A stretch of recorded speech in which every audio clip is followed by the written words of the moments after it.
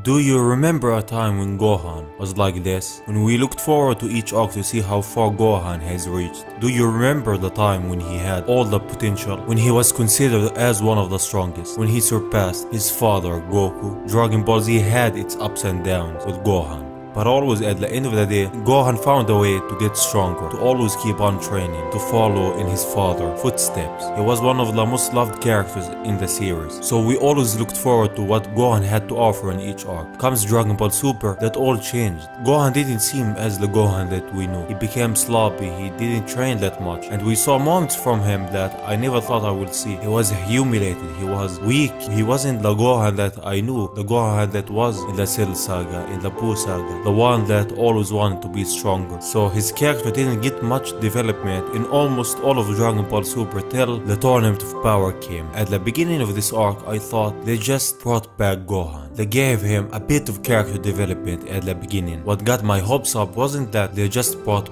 back Gohan and he was part of Team Universe 7, but the fact that they made him the team leader, that alone had everyone expecting a lot of Gohan in the tournament, a lot of character development. But comes the tournament itself, that wasn't necessarily the case. Gohan didn't shine that much against the strongest. His character got cut off before the tournament ended by far, and characters like Frieza and Android 17, which were villains in Dragon Ball Z, stayed till the end of the tournament and got more character development than the son of the main character. They did more for the team than him, and that got a lot of people actually not that excited about Gohan anymore, not that willing to look forward for anything that comes from him, and it's safe to say that his character fell off after the Buu Saga. I wanted to see his character being developed after what happened in all of Dragon Ball Super, but that wasn't the case necessarily. I won't deny that it got some character development, but not what I expected. And don't tell me that not a lot of you thought that he will be the last remaining fighter alongside Goku and Vegeta. And this fall of a character came after a backlash from the community,